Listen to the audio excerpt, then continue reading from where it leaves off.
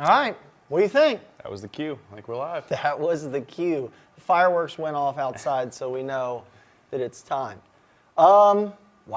So, Happy New Year. Happy New Year. Where have you been? You did a big world tour, right? Over the well, holidays? it was a quick world tour. It was to Tennessee and back in about 48 hours. So just, fantastic. Well, that's what happens when you've got the jet, right? yeah, makes it really easy. Yeah, the Toyota minivan, right? Exactly. Cool. Yeah, I didn't do a whole lot either. Saw Mom and them. Did the whole, obeying the law and all that stuff, helping with the health things. So, yeah. But so we did. The last one has been a month. Yeah. Right. It was early December. Right Early on the month. December, and then we kind of introduced the whole crew. So now all y'all know who belongs to the Thunderdome and this wild bunch that we have here. So of course it is, a nice moonlit night out there on the lake, but we're going to talk about double-footed guides, and we're going to ease y'all back into 2021. Yep. So, double foot guides, we're going to talk about why to use them, what types of double foot guides they are, some wrapping tips, Yeah. how to wrap double foot guides, how to implement underwraps and Right. why. Sure. Yeah. And I'm also going to show some cool things we got some Victor Joseph builds. I think anybody that is a rod building fan knows who he is and the beautiful work that he does. He's a Floridian here, not too far from us. And hopefully we have some new rod builders in the bunch. Of course, the Mud Hole Live Rod Builders Workshop is the biggest and the best forum and group on Facebook, flat out. There's just no two ways around it. It is the best, and we appreciate y'all for making it that way. Of course. And of course, we're live on YouTube as well. For those that like to play us on the big screen in the man cave or the she shed, we appreciate y'all joining there. So I'm hoping that we've got some new people, maybe some people that got a rod building FSB2. Maybe they got a rod kit under the Christmas tree, and they're just ready to dive in. Yep. So a lot of us, this is where we meet and we do all this. A lot of us take wrapping guides, what a double-footed guide is. Some of us take this for granted, right? Absolutely. I mean, there was a time that you and I sat down and wrapped a double-footed guide for the first time. Sometimes it's hard to go back. Yeah. And remember maybe, what your first question was in rod building, or how to put that together, or how to cut a piece of guide tubing, or what in the world is an underwrap, or why would you use it? Right. So I think those are going to be some good tips and tricks for those. And it doesn't matter if you're a beginner or if you're a seasoned builder. We're going to go over some stuff. We're going to show some new products. We're going to announce the winner of the photo contest. Yes. We're going to talk about the new photo contest. So yeah, it's going to be a good show. We're going to ease y'all back in. Cool. Awesome. I'm ready. All right. So I think we've got the intro queued up. Jay, what do you think? Is it time? I think it is time to get 2021 started. Let's roll. There is nothing wrong with your television set. Do not attempt to adjust the picture. We are controlling transmission.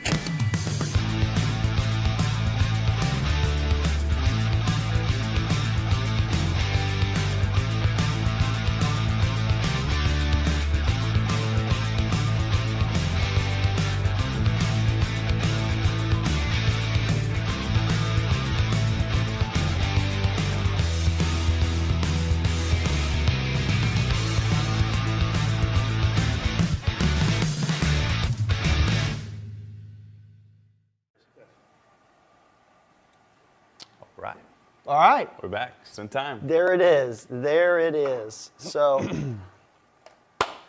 all right.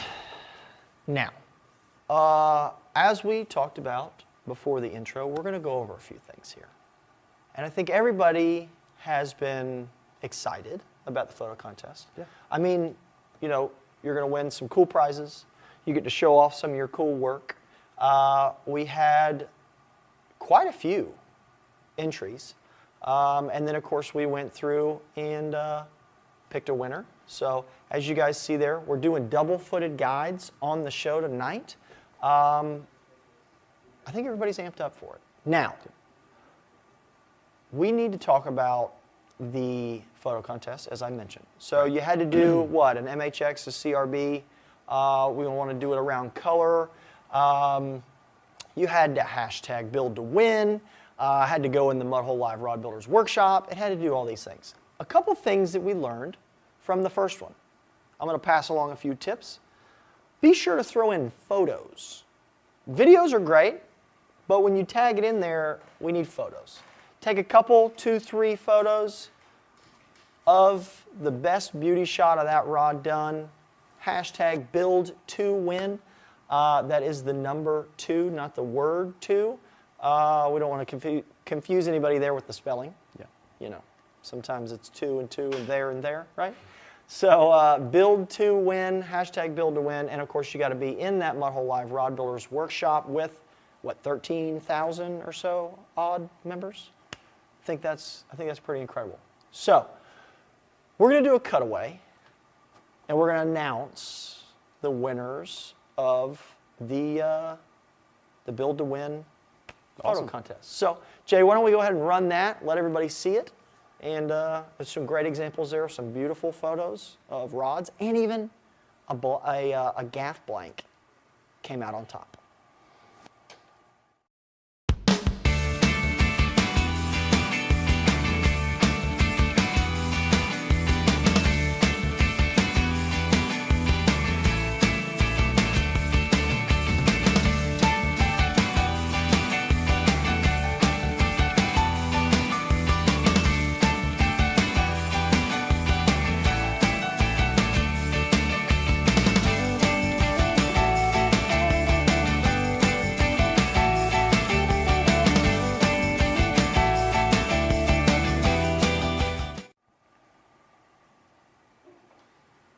Telling you, Lori came out, showed out. Very sharp. I'm talking, took the CRB gaff blank and did some incredible thread work. There was decal in there. Y'all really need to have a look at that. And we'll probably get her kind of feedback on exactly what she did. Because there's a couple little intricate things in there I don't think maybe everybody noticed. But yeah, it was a really, really cool deal. And then, of course, I saw DS822 in there. One of our favorites. I'm telling you. Yeah, for sure. That's it. Now, why don't you walk us through, because we got another one coming. So if you guys noticed, we're probably going to be doing this once a quarter, and we've got a new one coming. Why don't you walk us through that one? So the new photo contest, so this time we're going to be doing custom handles. Okay. Right? So, and then same parameters as last time. Okay. It's got to be built on MHX or CRB rod blank. All right. You have to use the hashtag build to win, Right. the number 2, right? All right. Yep. And it's got to be in the Mudhole Lives Rod Builders Workshop. It's got to be submitted there. And So as you custom said, handles, anything. custom handles, photos, not videos. Photos, not videos. Yep, that's it. it. And entries in by March 15th. So we got 2 months, Yeah, plenty of time. for sure. Yeah. So yeah, kind of expect it every quarter. March 15th, that'll be a good one. Like Hunter said, it's custom handles. And yeah, let's go ahead and roll that cutaway too, Jay, because he's got a good one there. Jay's showing off 2021 already.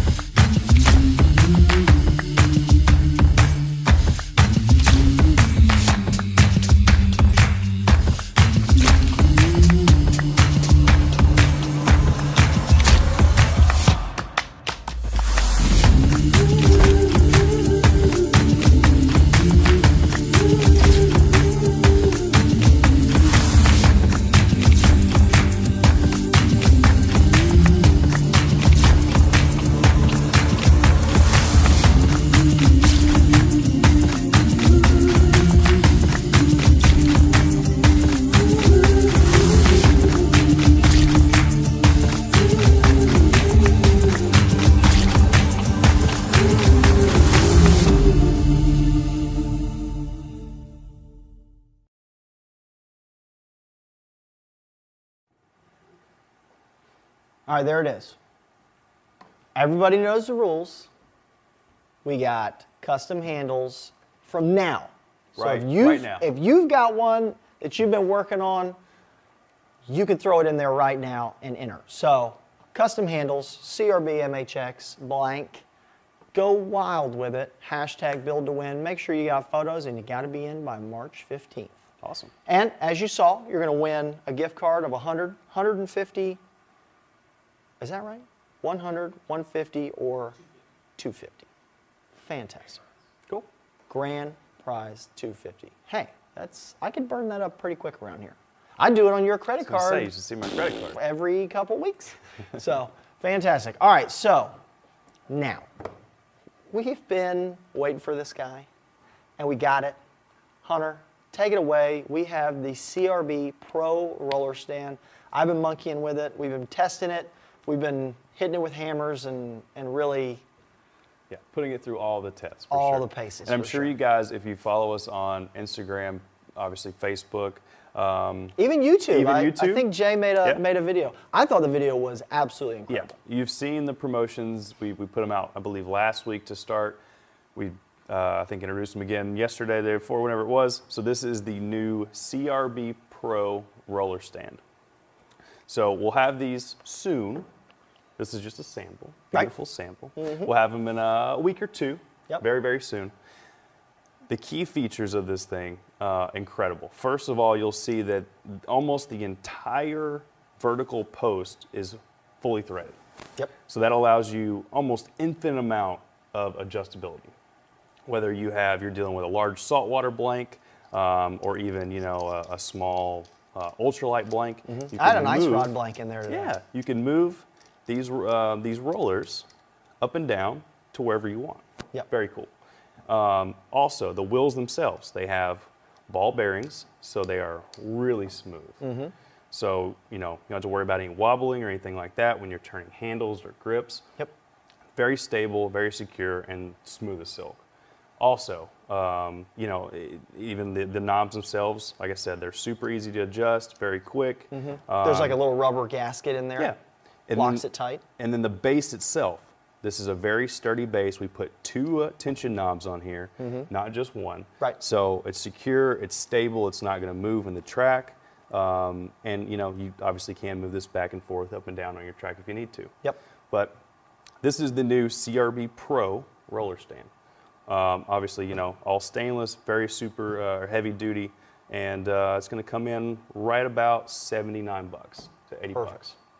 It's pretty sweet. Yeah, very nice upgrade. I like it. And so like you were saying, it can fit either way. I'm going to show you because I was playing with it today. Yep. All right. One of the things that I like about this bad boy is putting it on the track and taking it off and moving it on the track. Because we got a couple larger blanks over here that we were doing some underwraps and we were doing that. And then I was working on an ice rod today. Yes, you guys heard that right. We're going to Wisconsin next week. So for all you guys that say, those Florida boys never get out on the ice, they don't know what it's all about. Well, we're headed there, polar vortex or not. So I was working on that. The cool thing about the underside here is these are, and I love what you guys did with, these are spring loaded, right? Yes. So you actually don't have to take all the tension off or put all the tension on to slide this in and out of that track. Correct. All right. So it does have a little kind of a raised track on the bottom here. And what it does is that fits right in, and I'll show you guys when I do this later, but it fits right in the center track, and you can actually turn it either way. And then you actually can just push down on this T-bolt, and it's hard for me to do this when I'm holding it, but you can just push the T-bolt and turn it, okay? So you can technically just set your tension where you want it, and then you can just push it down and turn it, and it locks it in place. It's not gonna slide, it's not gonna wobble, and it's there. Yep. And that's what I like about it, that you don't have to take and go, okay, well, I need to take and slide this thing all the way off the end of the track. Some of the guys got 10, 12 foot of track. Right. Right? So you don't have to loosen these bolts and then slide it all the way to the end. Plus, there's no wobble because you have the T-bolts and you have that little raised section there. You can just take it, depress the spring, do like a little quarter turn, like if you're opening like a latch on a boat or something. Yep.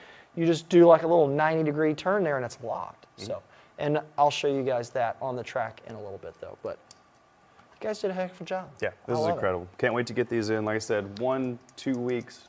They're very close to shipping. So Yeah. as soon as we get them in, they'll be on the website. We'll blast it all over social media, and everybody will know. So. And it's not light. I No, mean, it's it is not. You know, It's hefty. It's don't durable. really- It's strong. It's we should have brought the scale in here, but you can, you know, it's there. It's definitely, it's beefy. I like it. Yeah. Cool. It's in the CRB Pro line. CRB Pro. You got it. Perfect. All right. So now, for those that have been unable to join us in person for rod building classes, you guys know we have virtual rod classes. We're also going to be doing some specialized classes. Yeah. So I know the head instructor, Todd Vivian, and he is going to be doing a Mosquito Lagoon redfish rod. So a lot of y'all have asked, well, yeah, we've been to the class, we've done the spinning rod, and of course now you can upgrade and you can do different kinds of rods, different blanks, different handles, you know, all this different kind of stuff. So Todd's actually going to do one that's a little more specialized. And I think we're also going to have, you know, Buzz is going to do a different one. Kurt's going to do a different one. They're going to pick something from their favorite collection and say, all right, if you want to build a trout fly rod, this is the class for you. We're going to build this. If you want the Mosquito Lagoon rod to fish out there, and it's not just Mosquito Lagoon. It's, you know, if you're up in the low country in South Carolina, if you're out in Texas and you want to fish the flats. And of course, you can use it bass fishing as well. Todd's going to spec the whole thing out, and it's going to be a little more dialed in than just the general, you know, cork handle, spinning rod, guide set. Exactly. So, and now we're going to have some in-person classes in 2021 as well. Yeah, so in our facility here in Oviedo, Florida, we're going to have an in-person class in March, a strictly fly rod building class in April, and then back to the standard rod building class in June. Cool. So a little mix of options there as well. So you get a good mix. You know, when it's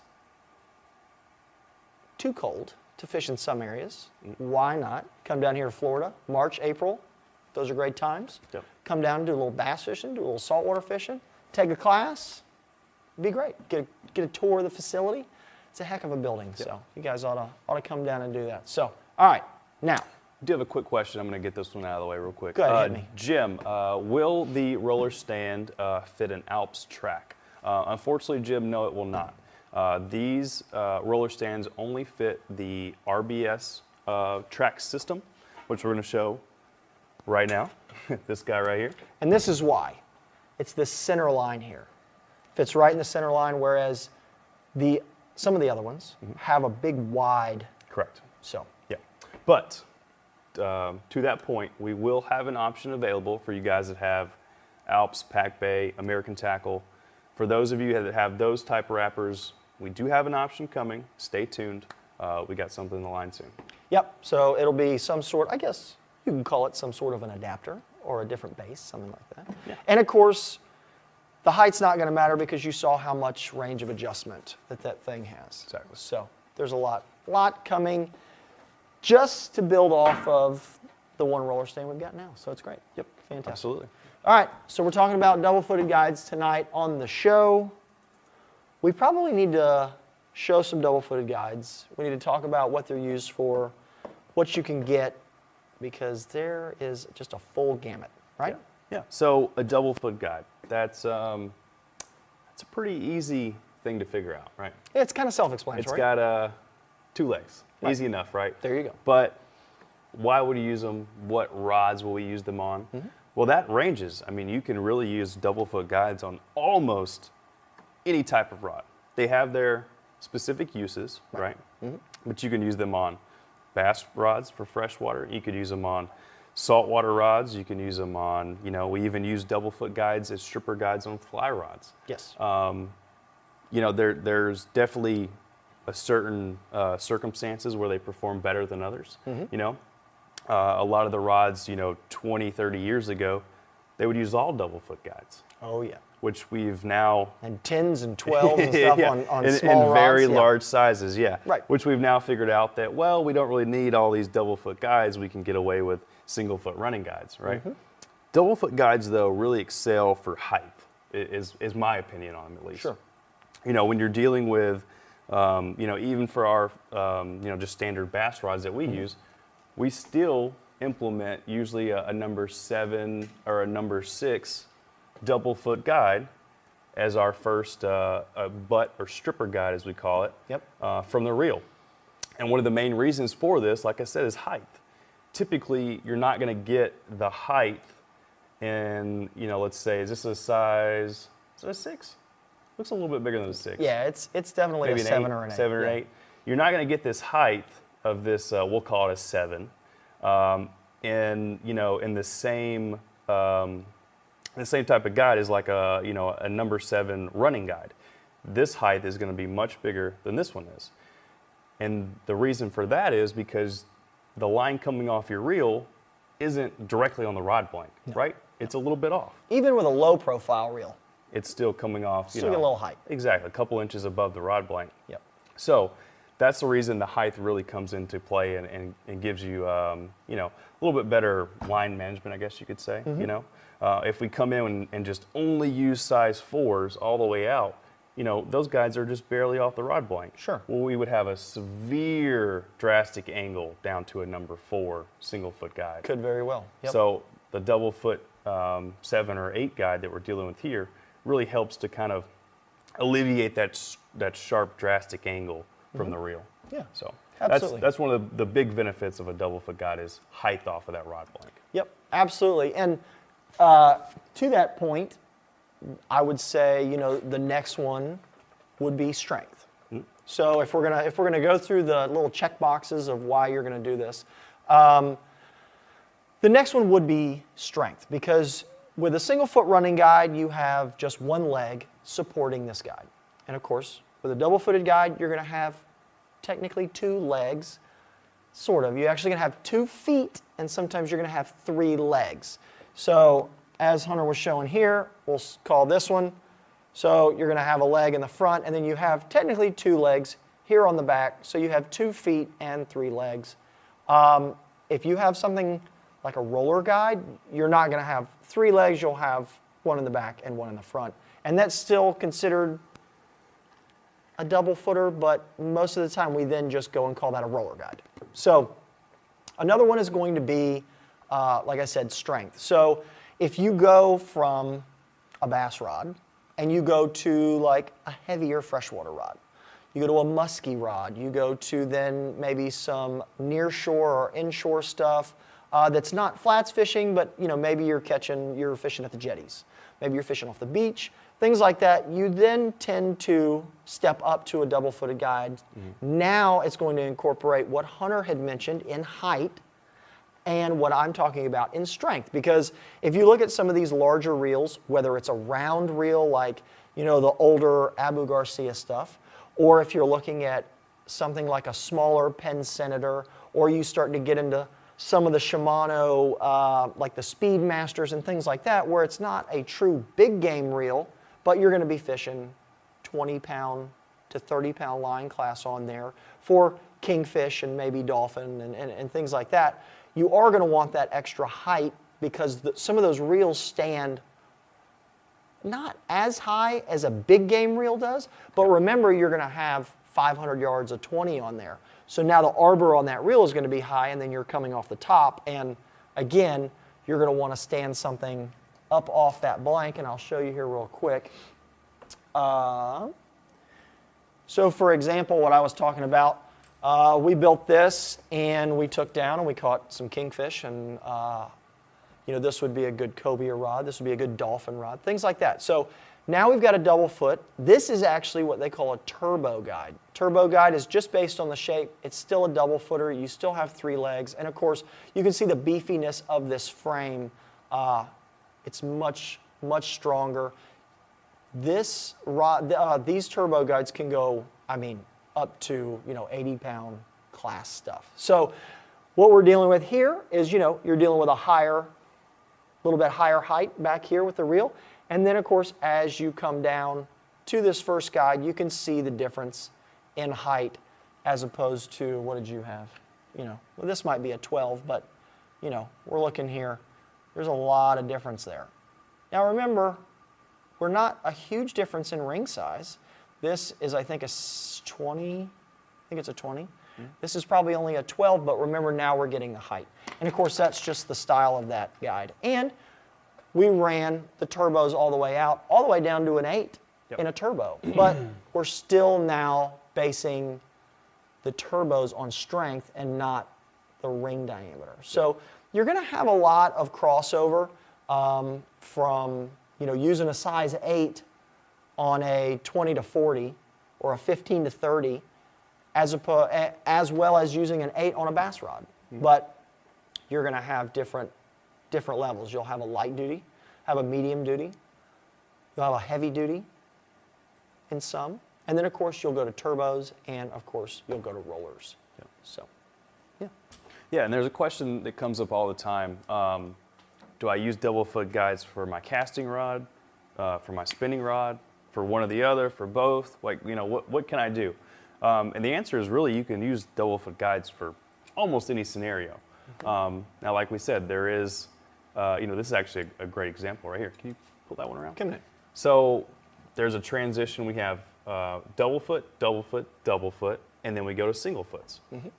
And the reason for that is once you get out, past. Sorry.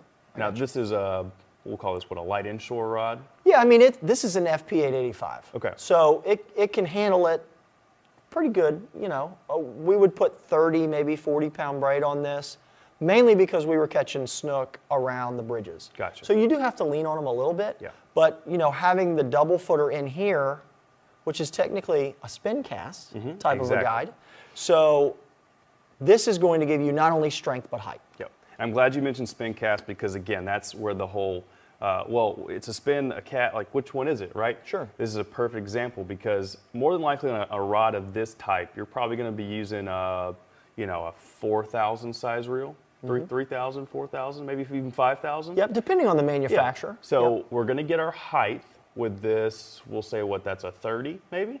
Yeah. 25 or 30? I think it's 25. We're going to get our height because this is a double foot guide, right? We're going to come to another double foot and then the third one as well. So we're still keeping our strength with the double foot and a little bit of height as well. Mm-hmm. But once we get past this third guide, the rest of this guide train really isn't going to be affected, so we can go to single foots to cut down on weight, go to a smaller ring size, smaller footprint, and just make sure this rod performs really well in the tip section. For sure, because it'll still pass, the leader that we need to pass, whether we're doing, 30-pound braid to 60-pound fluorocarbon or something like that. So I think those are single foot 8s. They performed excellent. And of course, we used the Gunsmoke LZRs because you get a little bit more of an opening there with the LZR ring. Plus, you shave weight off because we're shaving down the ceramic. So, like you said, though, I mean, it's a situation of we don't need to run double foots all the way out. You could, but now you're just adding weight, and you start to walk that line of going, well, do I need the extra strength to sacrifice a little bit extra weight, or can I not? Can I get away with it? Yeah. So. And the reason they are called spin/cast is because in a size, 25, 30, 40, you can use them on a spinning rod. Mm-hmm. Once you get down to the smaller sizes, below a 20, even below a 12, you get into the 10s and the 8s, then you can start using those on your casting rod. Exactly. And, they should almost be called, spin, cast, fly, because you can also use them as stripping guides on your fly rod. Exactly. So they have multiple uses. They're not just tied to a casting rod or a spinning rod. You can use them in different scenarios. For sure. So as we're talking about this, William has a great question. What's the advantage of running double-footed guides all the way to the tip? It's one of the famous rod blanks. You've seen the guys in the war room tonight, Taylor and Guffey, both caught their first sailfish on this rod, exactly. This is a flipping stick that we built. This is the FP937. And you'll see here we ran double footers all the way out. Now, what we did is those double footers are 7s, I believe. They're smaller than what you saw previously on the Seafoam FP885. The reason behind this is, as Hunter mentioned, we're getting strength and height from these first spin cast guides. Then we make a nice transition and get that line really close to the blank. We know that we do not need to run a heavier leader on this rod because it was built very specifically to run a little bit shorter leader. We're running braid, and then of course we typically run something like 40-pound fluorocarbon for sailfish. So with the snook, you know, they cut you off a little bit easier, but if you're running dolphin, sailfish, things like that, having 30, 40-pound fluorocarbon, you're fine, so you can scale down a little bit on your guides. When you do that, we were able to continue out with the double footers. This rod's got a little bit more just pure power throughout the whole profile. So it's got a little more in the butt, the midsection, and the tip, because it is a little bit of a moderate fast bend. So it's moderate fast bend. And what we did is we wanted to not only put some cool underwraps on it, but we dropped down in ring size, went with the double footers because we were going to beat on this one a little bit. This one was something here that you could even put a shark on if you want to put a trace of wire. But this is one of those special ones that we went with the double footers, William, because of the little bit keeping the size of the ring down, and we weren't going to sacrifice the weight there. So Yeah. it's something that I wasn't as worried about with the weight, so I wanted to keep the double-footed frame, and we dropped down in the ring size. So I know that was a long-winded explanation on why you may do that. It's going to be a personal thing. You know, we went through, we knew exactly what we were going to do with this rod when we built it, as well as we knew exactly what we were going to do with the Seafoam one, and those are why we chose the different guides. But, you know, William, if you're not worried about weight and you might want a little bit extra strength in something, drop down in ring size, go to the double footer. I think you'll be very, very happy with it. Yeah. And then, of course, it also allows you to do some extra decorative work. Yeah. So. And that kind of hits on Cody's question too. What pound class on a spinning rod would you start putting double foot guides? I would say if you're anything over probably 30, 40 pounds, somewhere in that range, you might want to consider just going all out with double foot guides. Yeah, so to give you, in that, the FP937 is a 20 to 40. Yep. And the FP885 is probably more like 15 to 30. That's what I was thinking, yeah. Just in saltwater kind of terms. So that's where we kind of made that break between the two. Yeah. And again, that's just my recommendation. Like Chris mentioned, depends on what you're fishing for, what line you're using. You know, if this is going to be a rod that's going on your boat to catch anything and everything, whether, you know, if you got a, you know, mahi or, you know, what else? What else did you guys catch on that trip? So we had kingfish. Kingfish. We had put some dolphin in the air. We caught sailfish. We did stuff like that. If you are unsure of the direction you're going, I would probably err on the side of a double footer. Yeah. Just because it can handle pretty much anything you can throw at it, and you really don't run the risk of, you know, if you get a fish boat side and it kind of goes crazy, you can, you know, kind of flatten a single foot guide. You know, somebody leans on it, if it's on the gunnel, something like that, you can actually compress that guide and fold it over. Whereas a double footer can withstand a little bit more, abuse. Yeah. And saltwater is really, besides maybe heavy freshwater. Right. And like a musky type. Yeah, like a musky, you know, any type of heavy freshwater like catfish or anything like that. Sure.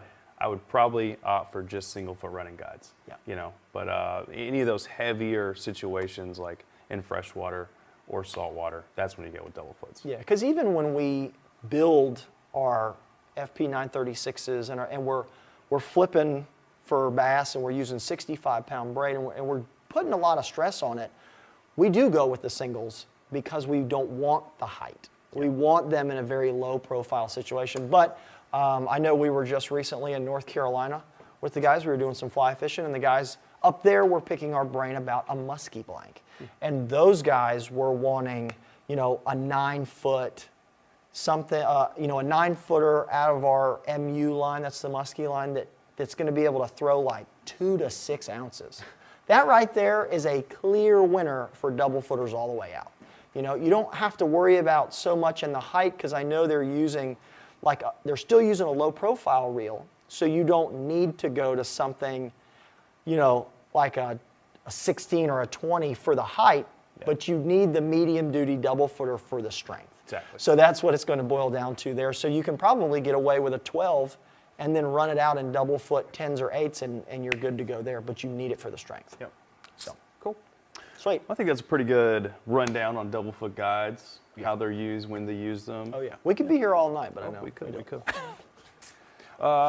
Let's see, that got William's question, Cody's question. Let's see, anything else we want to hit before we move on? Maybe do a quick giveaway? Yeah, I think we need to give something away.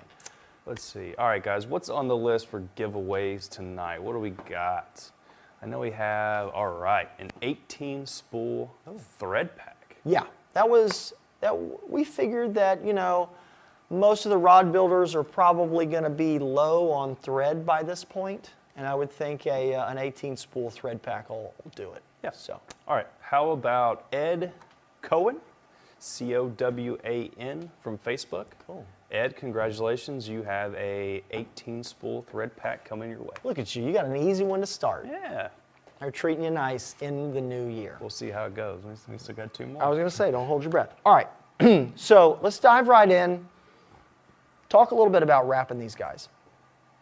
And it's one of those deals where we were laughing about this because not everybody enjoys wrapping both directions, right? Some people are great going right to left or left to right, but not always. And again, it's just going through the process and reversing it. It's not a big deal. Now, a couple do's and don'ts, I guess, you would call it. Nick, I'm going to kind of pivot on you here. How's that? Now that looks like now we're talking. All right, so a couple things. What I'm doing is I'm using the hand wrapper tonight.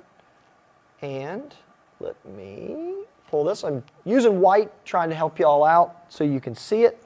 I always like to run the thread off the bottom of the spool. It goes to the first eye there, just nice and clean. It doesn't come over the top. And then, of course, I go to the thread tensioner, which is a great tool. Come down here to the middle, and then now we're on the slider. And if you notice, that's about all you need. See the tensioner here? I don't have this thing humped way over and down onto the deck. So about like that, which is, I mean, maybe 45 degrees. That's where you want it to come off and just ease out like that. So you can see that thread is now moving. You don't want to come all the way over like that. There's just no need to. All right, so now we're back. So what I'm going to do, this is a gloss blank. The gloss, for whatever reason, it tends to grab thread a little bit better. I know some of y'all, including myself, sometimes you'll use that, you'll build on those satin black Elite Pros, and they tend to slip at times. If you're having an issue with your thread slipping, we're going to go around it, always work away from you. So you went around once like that, right? Now we're back. Just go around again, okay? Go around again, and then we're going to lay that thread over, and now we have captured this tag end. So see, now we got it captured. Now what I do is I walk that thread through there because it will have an overlap in it that we want to get out of there. And I always like to leave the tag in on the bottom. Okay, we got that? Now for me, the distance there between the foot and the thread is good. I like to run it, I'm talking like right up on it. You want to grab the old bench cam there and we'll See show what we them? got. So I like to be very, very close because to me, the more thread, this guy right there, sweet. So the more thread then turns into more finish, and then it turns into more weight. You see that guy over here? Yeah.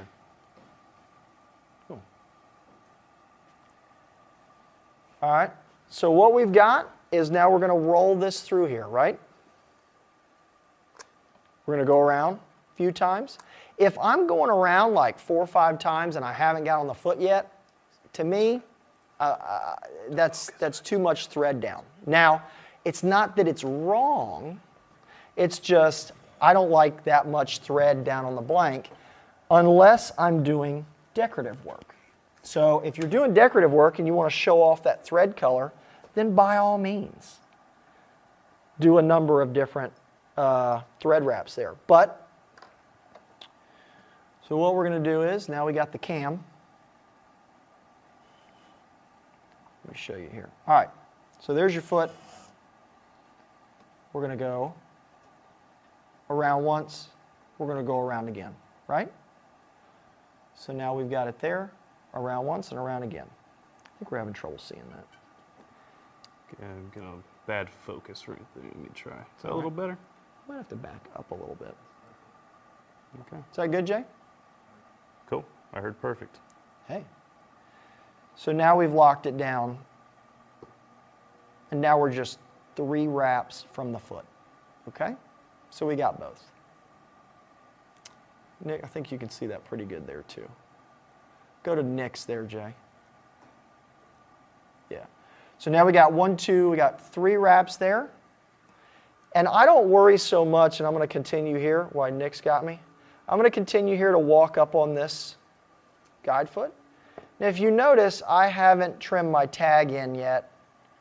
It's one of those deals you can or you can't. But remember, depending on what you're using, you're going to show a longer tag up underneath that. And of course, as you're going, please always have a burnishing tool to stack this stuff in. And the great thing about the tension rod is you see me working backwards. So we go forwards. Sometimes you need to help it go up the foot.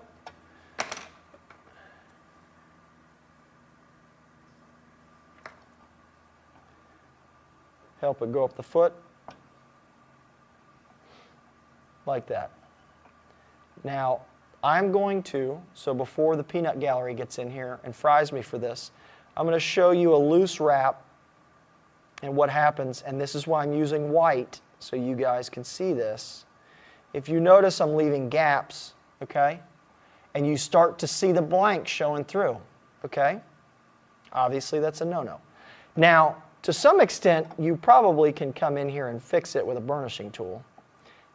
And I can run it through here and tighten them right up.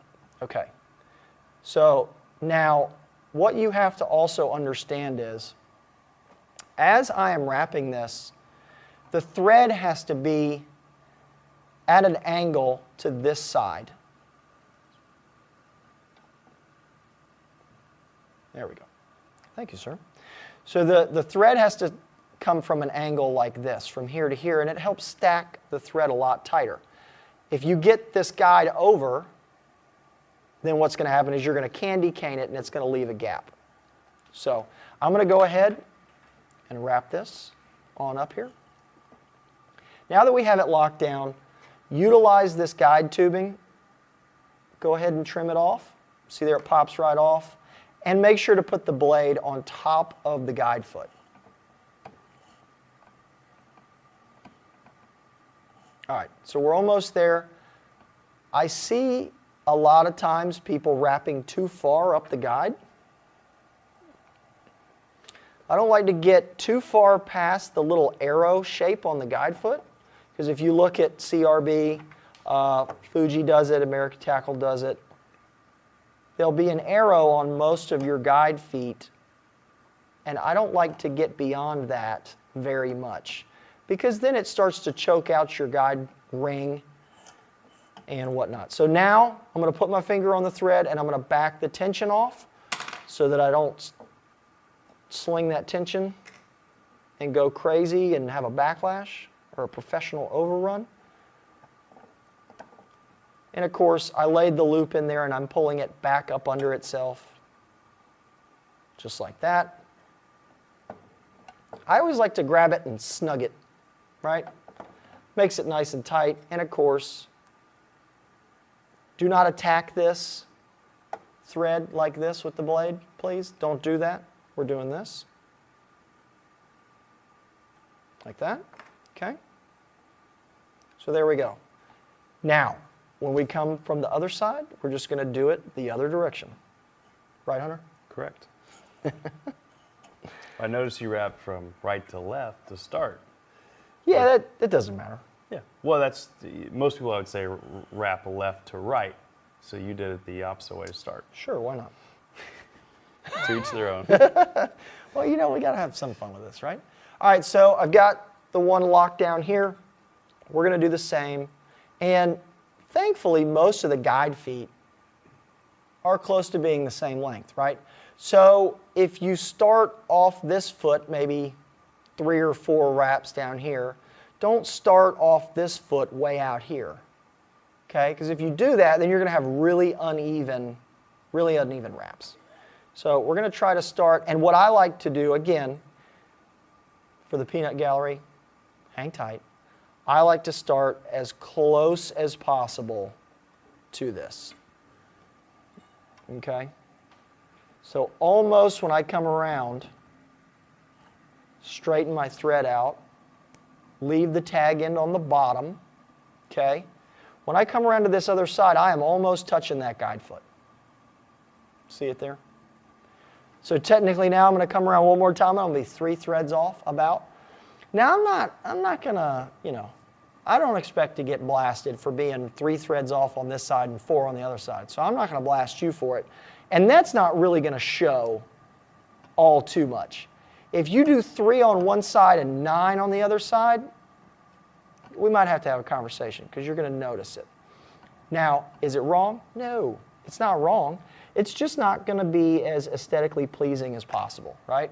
It's not wrong, it's just not right. Exactly. Now, of course, you saw me touch the rod blank there. You can actually, with a good sharp razor blade, just touch that thread and cut through it without worrying about getting on the blank and damaging the blank. So before I hear from y'all on that, it's not a huge deal. So we're just walking it up. You see the tension rod doing its thing. We get here. Now, once you have this side wrapped, I could have technically cut this off here, right? So I'm working, this is the guide tubing, this is GT. I could have technically got rid of that, but I didn't get rid of it because it helps to keep the foot from wanting to walk from side to side. Now, it might not do it with this LZR double footer, but if you're going to wrap something like a recoil guide that's titanium, that's flexible, having that extra band there, trust me, you'll appreciate it. So, and also, you shouldn't be wrapping your guide feet so tight that you can't move the guide a little bit anyway with a tiny little bit of force. It was the same reason I was able to go in and burnish that thread when I was purposely making a boo-boo over here. Now, you can see I want to leave it maybe 3 thread wraps short of this brace before it comes up.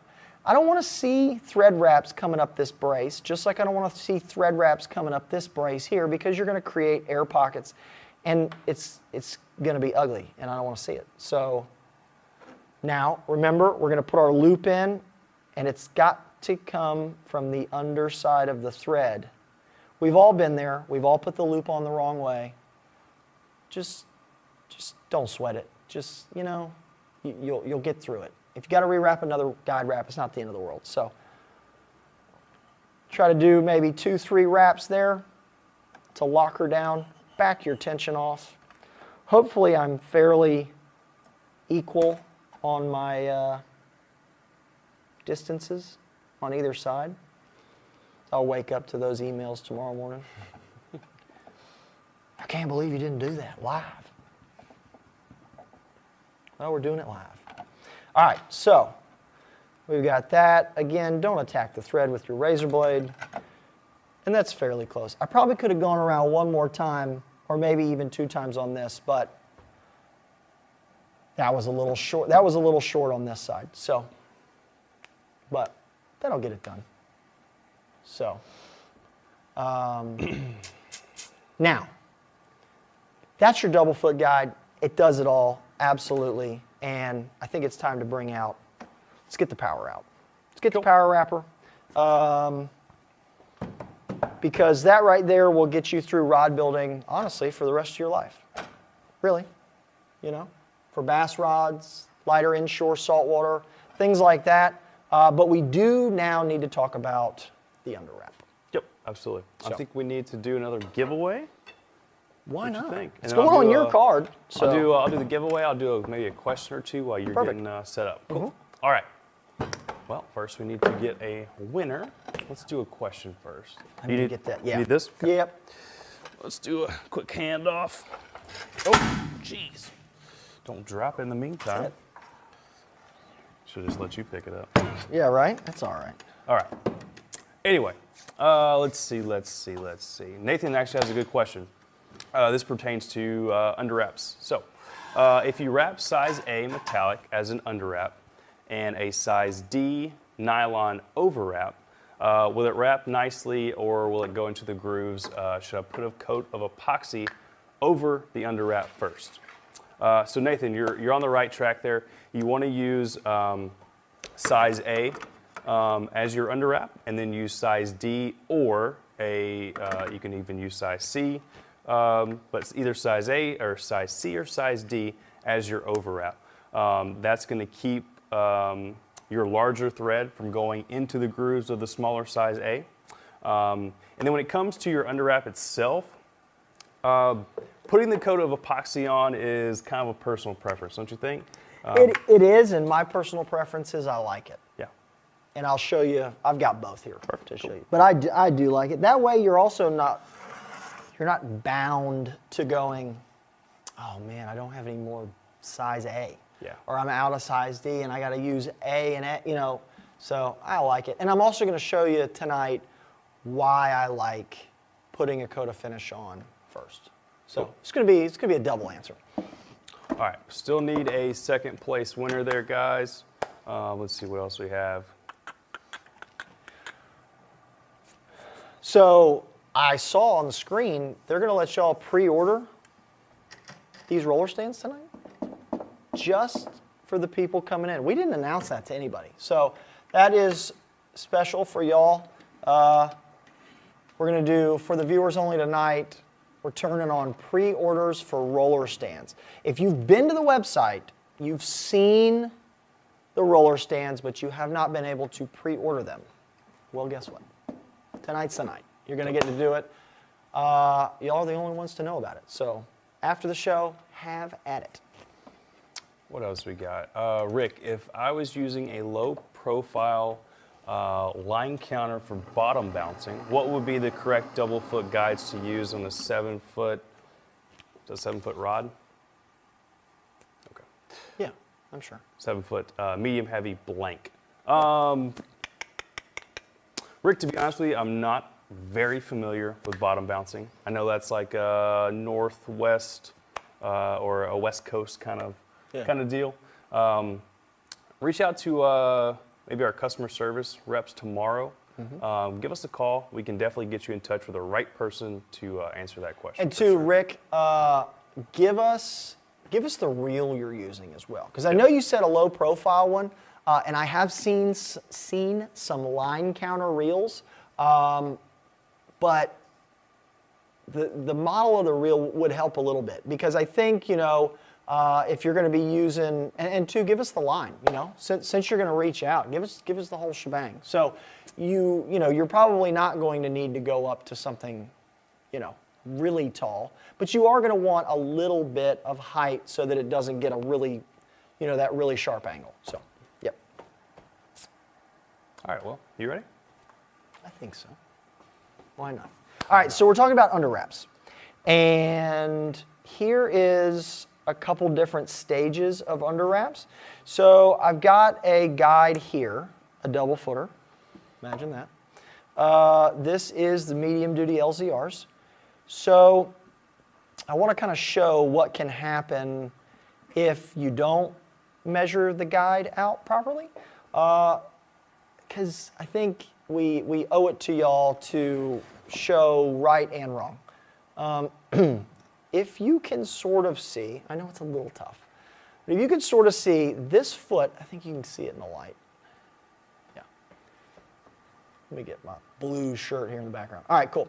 So you can see where the thread stops. And then now you can see where the foot extends out off this thread. Okay? This does nothing but make your life a lot harder. Okay?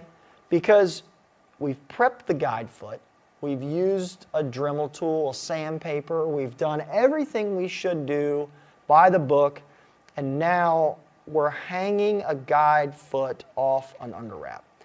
All that does is just make your life a lot harder because, see how high now the edge of this foot is hanging off here?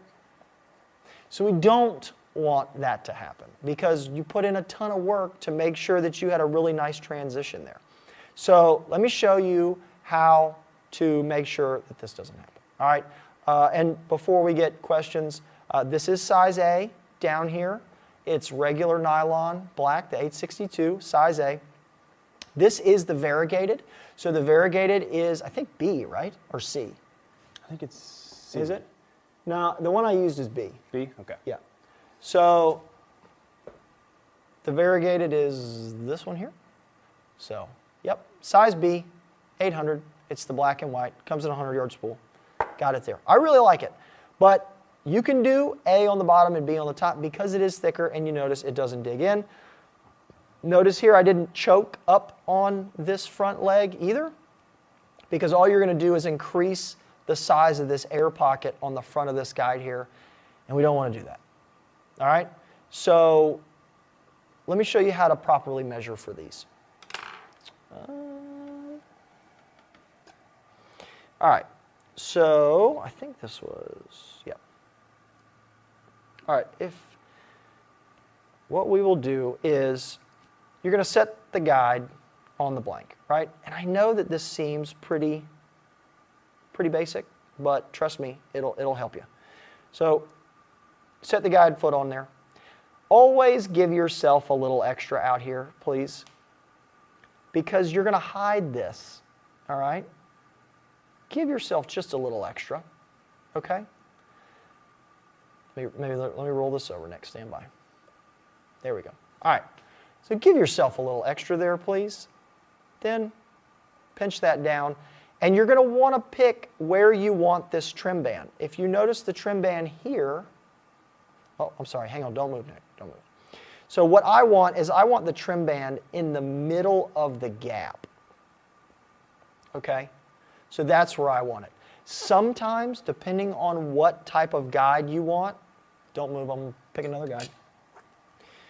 So if you had a turbo, right, I would also be doing it right there in the middle of the gap. Sometimes, some of the bigger guides, depending on the manufacturer, which I don't have here, you will want it on the ring because the ring is actually swung back a little bit, right? So you might actually have it where the gap is a little bit larger and you might want it right on the ring. For me, I like the aesthetics of it being right in the middle. And of course, that is going to give you something that's going to look like this underwrap over here to the side. So when you wrap on there, you can see I've got the gap right there in the middle, all right? And my feet aren't hanging off because nobody likes that, all right? So let me go back and I'll show you the underwrap here on this one and how to start and stop it. Now, a cool part to having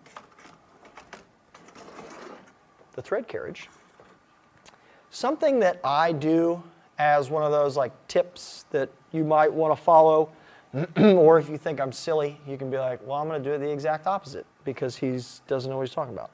So you can do it a couple different ways.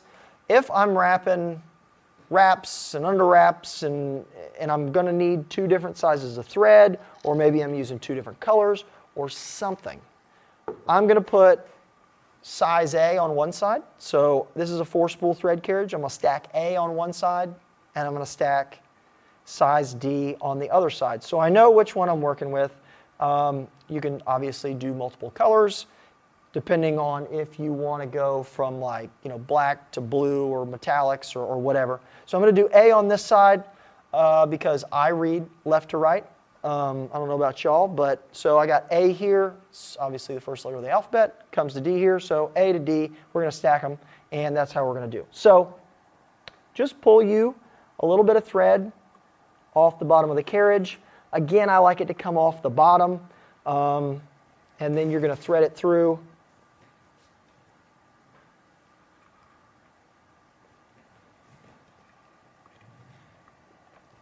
And we're going to start on that red mark. I'm going to go around twice again. And sometimes you can even cheat a little bit to the side there of that mark. I'm not going to tell on you. So make sure that's lined up. Go around a couple times, and then you can get it started. Kind of get it locked down. You can see there's a gap here, but again, don't worry. You shouldn't be putting this on so tight that you can't burnish this in. Okay? So you're just like that. Now we've burnished it in. Okay? Just going to touch it here, and then you're going to want to use this for your loop. Right? Cool. So we're going to follow this under wrap up this blank.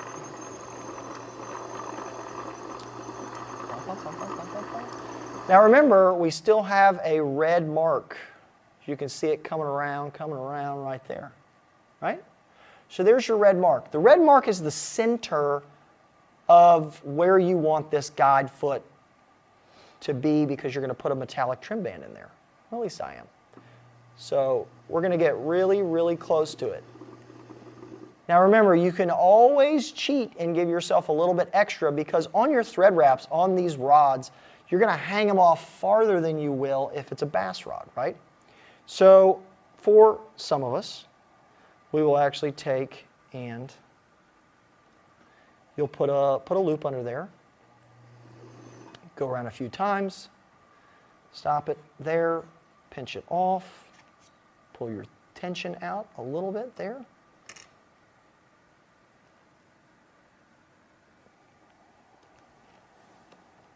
And I'm doing a very basic start and stop. There's a few tricks. We're going to get to that later at another point, another show, but I'm just showing you the basic stuff. You can see now we're right here on top of the red mark. You can just see it peeking out. So I've got green here, right? MHX green. It's a 9510. You can actually pull some of this off if you want. You can run it on your thread carriage if you would like. You can put it in a bobbin if you want. Great idea. So it's just one of those deals. You can take this and you can cut it.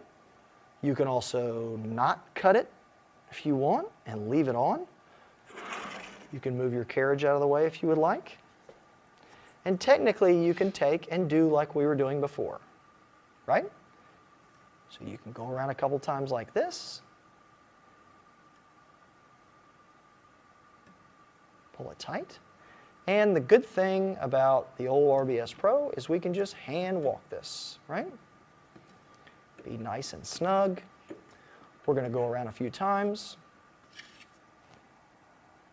Now for me, I don't like using the metallic thread to pull it under because it's just can be a mess. So I'm going to use the thread that I was using before.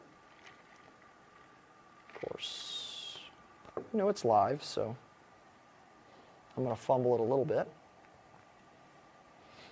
And again, there's multiple ways you can do this. Again, you can do a bobbin. You can put it on the thread carriage. I'm just trying to give y'all some options. Go around a few times. There we go. Lock it down. Perfect.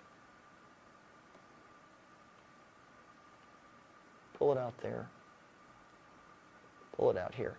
I don't always like to pull the metallic all the way through because I don't want it to pull on itself. And the metallic is stretchy, so it comes out really nice. Right? Cool. So there we go. Now, I'm going to show you guys really quick. If you want to wrap it by hand, I'm going to move this guy. You'll do the same thing, right?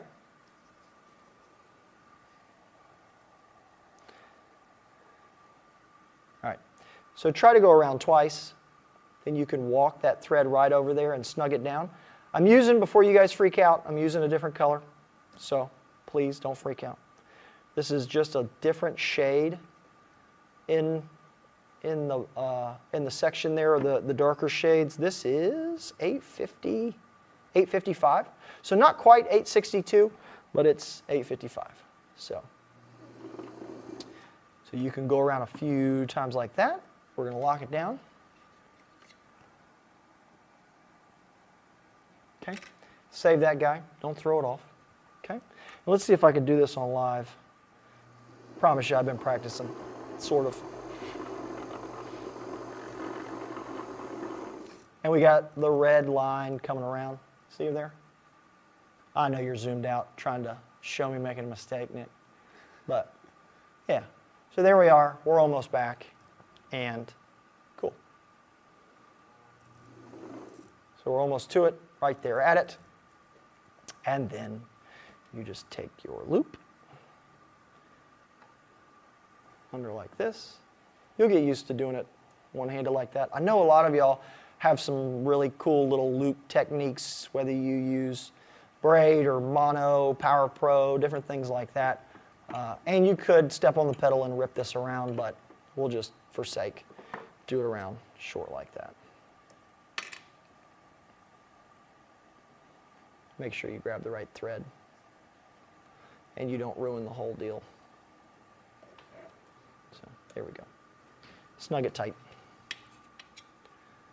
There you go. Now, I didn't go over this before, and you really can't tell, but my tag end is here on the green. My tag end is here on this one. Try to keep your tag ends all together so you don't end up having a tag in on one side, then you got a tag in over here, then you got a tag in over here, and you can keep them all together. It's like when your grips, when you have the seam on the underside of a grip, all on the same sides, you can hide it better. So there you go. That is an underwrap and how you measure it out. And then we're going to see how I did here if I didn't booger that up. So there we go. And remember, you can leave a little out on either side. So, because what you don't want to do is leave it short. Never, ever, ever leave it short. So there you go. Pretty good. We're all up. Because as I was mentioning, I'll show you really quick, you will create a longer thread wrap, okay, on these. Where's my burnish tool? So you'll create a longer thread wrap. So the guide foot is actually way in here, okay? So the green carried itself probably up under here, stopped. I believe Victor probably carried the green all the way through and used the green out here as the trim band too, which is another cool thing you can do.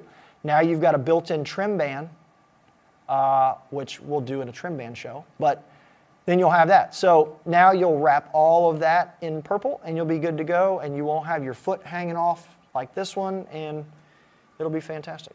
So yeah, awesome, cool. There it is, under wraps. Under wraps. All right, let's dive into our second giveaway of the night. Then we'll do some questions. Got to. We have a CRB heavy duty casting guide kit. Ooh, great prize. That's it. And that's going to go to Levi Shum, S-H-U-M. Levi, sorry if I pronounced that incorrectly. Shum, what do you think? I think you nailed it. Cool. I think All you right. nail it always. Congrats, Levi. You got the CRB Heavy Duty Casting Guide Kit. Cool. And now let's do some questions. Let's see. This is a good one.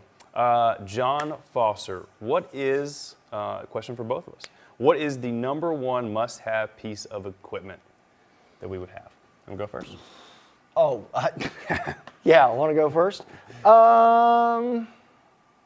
One must-have, one piece of equipment.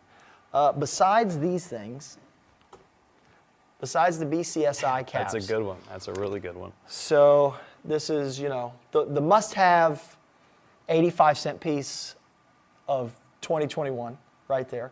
You got to have those, but for me, I brought this out because I was anticipating that question because I'm good like that. Ah, yeah. This is the one. I know Good one. it's not a finish show, but that's the one right there So this is the RDS dryer with the clutch upgrade. with the clutch. Got to have the clutch. And I'm going to show you, even though it's a dryer, I'm going to show you why it's a must-have, especially for double-footed guides. Since we're talking about double-footed guides. Sure. So, go ahead. What is your... I got to go now? Now, well, yeah, you got to go. We're going to All get right. to this in a minute. Well, I'm going to have to go with this guy right here. RBS Pro.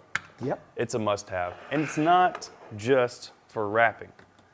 This is perfect for Things like this. turning your handles, for the photo contest, right? Mm-hmm. Custom grips, you know, whether it be EVA, cork, you name it, you can shape any kind of grip on it. And also for applying finish. Very often overlooked, a lot of people will wrap their guides on, you know, they'll have the rod in the RBS Pro, they'll wrap their guides, then they'll move their rod to their rod dryer to apply finish. No, no, no. You don't need to. I'm going to leave it in this. I'm going to, although this doesn't have a clutch necessarily, Nope. it can all be controlled either by hand if you're back here or by the foot pedal. Yeah, that is the great part about that, like you said, no, it doesn't have a clutch, but it kind of does. Because at any given moment, the reason for the clutch is to be able to stop it without having to, you know, right? Yep. To be able to stop it and then let it go again. Yep. So if you're finishing and you got this thing going, right, you can stop it and then go a little this way. You can come back a little this way. And of course, you can do it on the rod. You don't have to do it here, Yeah. right? You can go this way a little. You can go that way a little, which is why I'm going to show you that here. But yeah, so you kind of have a clutch built in. And then when you're ready to go again, you just come over here. Yep. The only downside is this does not constantly spin. So, Right. keep that in mind. This doesn't act like a rod dryer that constantly gotta spins. do the work. So you have to either by hand or just keep steady pressure, even a little bit of pressure on your foot pedal, Right. just to keep it spinning so that finish doesn't sag or drop off. Right. But when you're putting finish on with this, it's great because you would go right from here right into the triple dryer. Exactly. Or the quad dryer on the wall. And it doesn't tie up your finishing station. Yep. While you're doing this, you can run more finish off and then put it in the dryer. Exactly. Yep. Cool. Sweet. All right. All right, what do we have? You want to do a little more question? Yeah, let's do the question. Can you address the topic of locking wraps as it relates to double foot guides? Question out of YouTube. To be honest, have you ever heard of locking wraps with a double foot guide? No, I mean, I have heard people talk about it a little bit, but for me, I think it's a little unnecessary because the whole idea of a locking wrap is to keep the guide from being snatched out Right. from underneath the thread wrap. If you got a double-footed guide there, it's going to keep it from going this way or this way, right? Yeah. So like a single foot on this side, yeah, you might and snatch it right out. But if you got a double footer, you're kind of locked in there, going either way. Plus, for a locking wrap, you have to go around the foot. So with this, you'd have to like cut it and put pressure here and kind of maybe put it in your mouth and then kind of thread it and go under there and around it. I'm out. Yeah, I don't think it's necessary. I'm out. Yeah. But yeah, you know, I know it's been talked about, but to be honest with you, I'm still not putting locking wraps on my single foot guides. No. And I don't have them snatched out. So. Yeah. Michael O'Neill, good question here. Do you ever run heat over the thread before you apply epoxy to clean up the thread? Michael, you certainly can. Be careful when you do flame that thread not to get too close. Another good tip is if you take a disposable brush, or any brush for that matter, take it and just pretty much just 80% airbrush kind of your thread wraps. And usually you can get, whether it be dog hair or pet hair or dust particles, anything like that. Usually the fibers from that brush will kind of push those little particles and stuff away. So, Yeah. No, but you can flame it as well. That definitely works. Yeah, just still don't just use a Bic lighter, because you would be surprised. You can throw some smoke on a really light color guide wrap. Yeah. You can put, just like you would with cork. I don't think I have any cork back here. You can burn a piece of cork just like you could burn thread without burning through the thread. So if you had that white thread wrap, and you come over it with a lighter, a Bic lighter, because it produces smoke, you can actually put a little bit of soot on that really light thread. But if you use one of these guys, you're not gonna. It just burns too clean. But it will take care of if you have some fuzzies on there. If you've got a little thorn sticking up a little too high, or if you're just doing it to clean up some lint, you really don't need that. You could come in with something else. So, yep. Let's see. We scroll down just a little bit there on the questions. Andrew has got a good question. Let me read the rest of this. When doing nail knot trim bands, when wrapping my double foot guides, my trim bands seem to unravel when I cut my tag ends.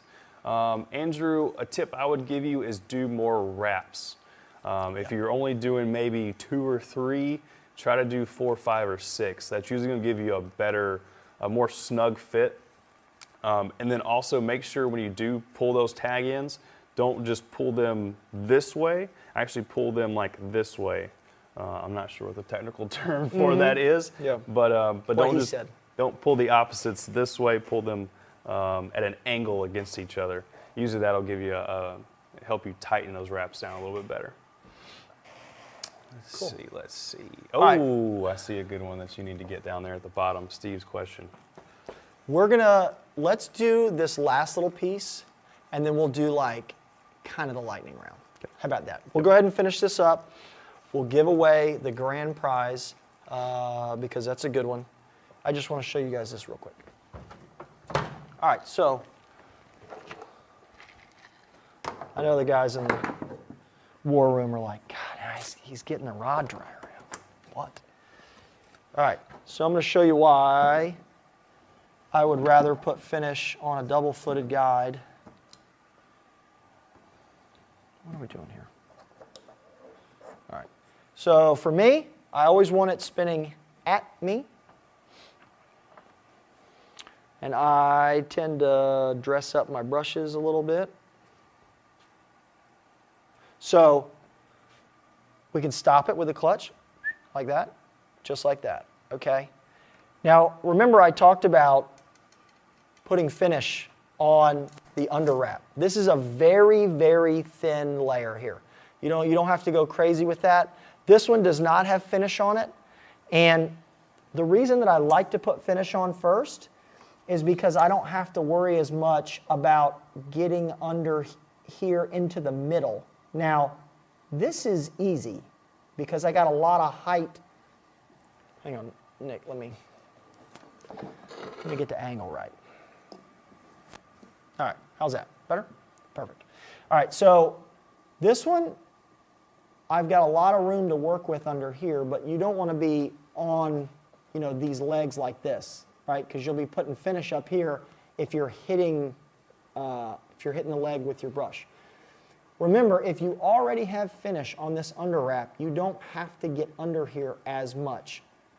All you technically have to do is get closer to the feet down here, and you can work finish into these little gaps, and then as it comes around, you just go over the top like you would normally, right? So you'll just cover that right there.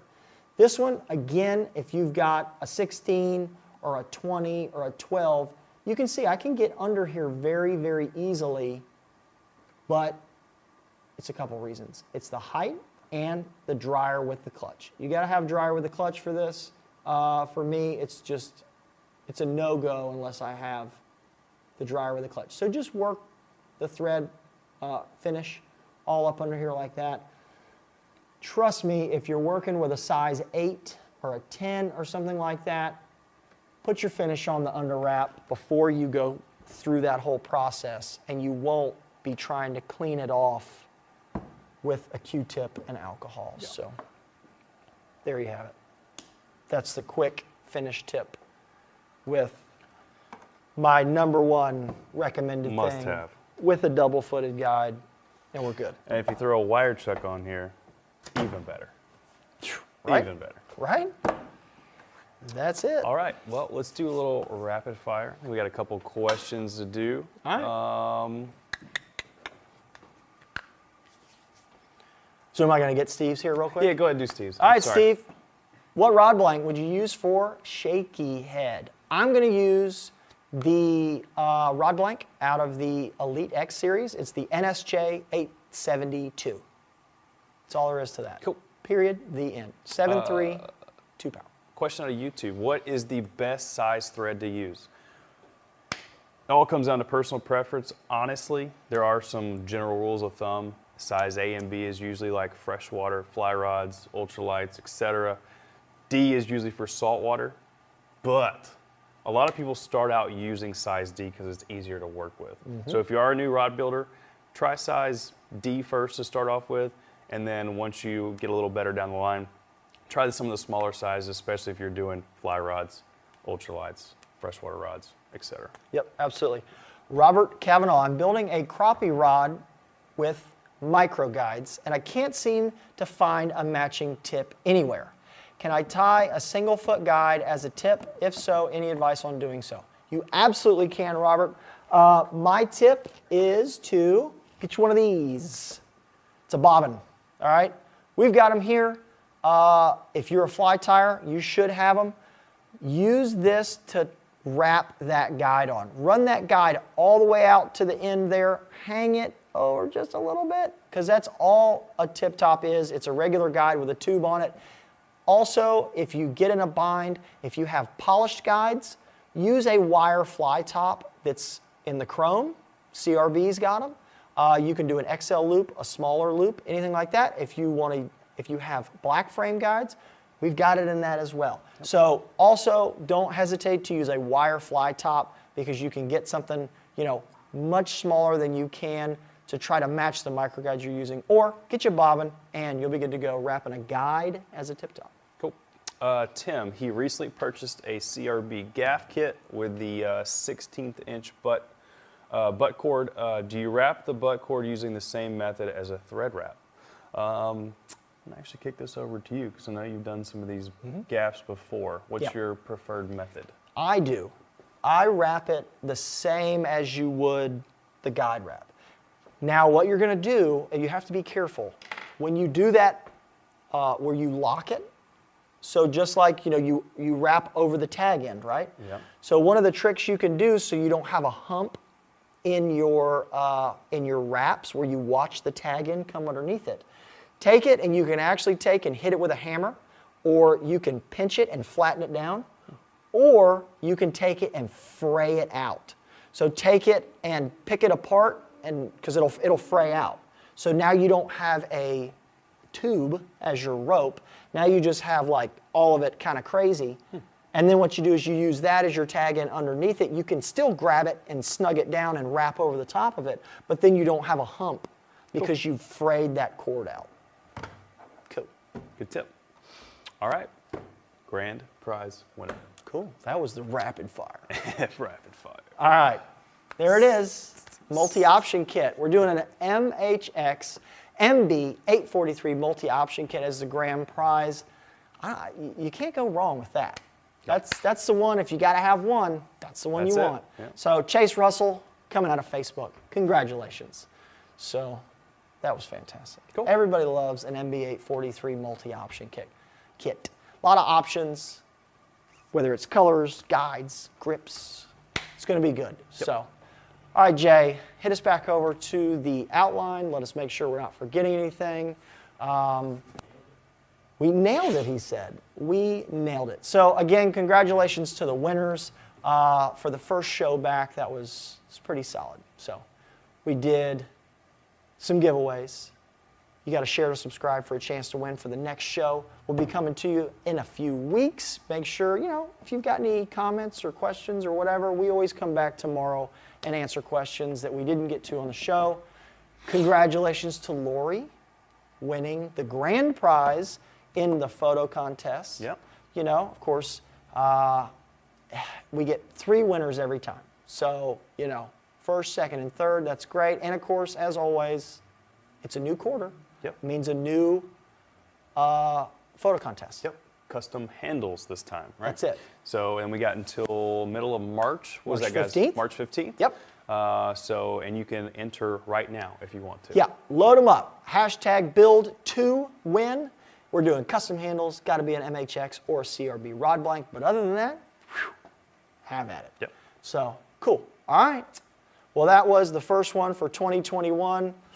Hopefully the guys aren't going to, get on us about going a little late tonight. But we'll be coming to you in a couple weeks. Run over to the Mudhole Live Rod Builders Workshop. It's the biggest, it's the best on Facebook. It's over 13,000, and we've got no signs of slowing down. So, what do you got? Anything else? I think that's it. Don't forget about the roller stand. Oh, that's right. Run over right now. Pre-order it? Pre-order it. We're letting y'all pre-order it tonight only. So don't tell anybody. Actually, tell the whole world. So just for the viewers tonight, we got a bunch of them coming. Go ahead and pre-order them up. Get you 3, 4 of them.